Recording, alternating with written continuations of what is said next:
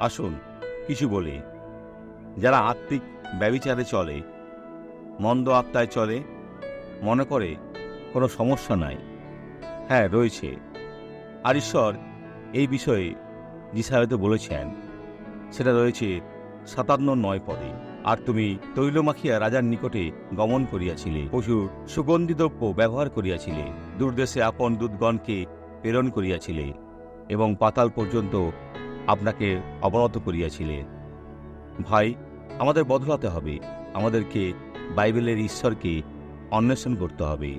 পবিত্র ঈশ্বর একমাত্র শক্তিশালী ঈশ্বর, ঈশ্বর যিনি কোনো পরামর্শ চাইছেন না, কিন্তু জ্ঞান দিতে চান, কৌশল ও বিবেক দিতে চান, যাতে খারাপ থেকে ফিরে আসে আর যুদ্ধে জয়লাভ করে। এ ব্যক্তিকে দেখুন যিনি আশীর্বাদ লাভ করেছেন। ডক্টর সোয়ার্স, আমি সুস্থ হয়েছি। কতদিন ধরে কষ্ট পাচ্ছিলেন? অনেক দিন ধরে ছিল, আর আবার শনিবার হয়েছিল। খুব খারাপ ছিল, প্রায় অসুস্থ হয়ে পড়েছিলাম। আর এখন চলে গেছে? এখন চলে গেছে। আমি দাঁড়াতে পারতাম না। আমার মেয়ে স্নান করিয়ে দিত, আমার মেয়ে খাইয়ে দিত, সমস্ত কিছু। আমি চলতে পারতাম না। বোন, যখন চলতেন তখন কি দিশাহীনভাবে চলতেন? আমি প্রায় এদিক ও ওদিকে চলে যেতাম, মনে হতো কোথাও ধাক্কা লেগেছে। এখন চলুন, পড়ানো ছড়াই না খুঁড়িয়ে। বোন, আজ আপনি সুস্থ হয়েছেন। ও বন্ধুরা, কত মহান আশীর্বাদ! যিশুর নামে এখানে আসুন। বোন, এখন কি ভালো আছেন? যিশুর নামে আমি সুস্থ। ও, ইয়া খুবই সুন্দর। আসুন প্রার্থনা করি।